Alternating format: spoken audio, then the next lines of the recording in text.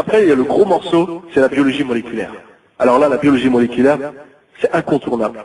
C'est le domaine de pointe aujourd'hui de la biologie et toute la science actuelle dans la biotechnologie fonctionne grâce à la biologie moléculaire. Eh bien, il y a eu deux grandes découvertes en biologie moléculaire qui sont venues casser toute cette histoire de descendants que, soi-disant, on avait pour ancêtre des singes. La première, c'est ce qu'on appelle, ils ont découvert ce qu'on appelle l'ève mitochondriale. Qu'est-ce que c'est? Là, c'est un peu compliqué, mais vous lirez le livre si vous voulez en savoir plus.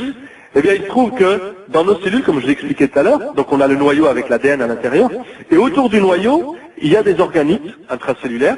Il y en a l'un d'entre eux, on l'appelle la mitochondrie. Et cette mitochondrie, elle-même possède un ADN. On l'appelle l'ADN mitochondrial. Et il se trouve que la mitochondrie, qui est dans nos cellules, il y en a plusieurs mitochondries, eh bien, elles proviennent toutes de notre maman, de notre mère. Toutes les mitochondries que j'ai moi dans mes cellules, c'est ma mère qui me les a données, pas mon père. Et vous tous, et tous les hommes et toutes les femmes de la planète, les mitochondries qu'ils possèdent, eh bien, ils proviennent tous de leur maman. Alors, il y a une équipe américaine, en Californie, qu'est-ce qu'ils ont fait? Ils ont décidé d'analyser l'ADN des mitochondries de plusieurs races d'humains. En Amérique, en Afrique, en Asie, en Europe, en Océanie, partout dans le monde. Et là, ils ont travaillé sur des centaines de personnes, et qu'est-ce qu'ils sont arrivés à l'étonnante découverte? C'est que l'ADN mitochondrial de toutes ces personnes était parfaitement identique.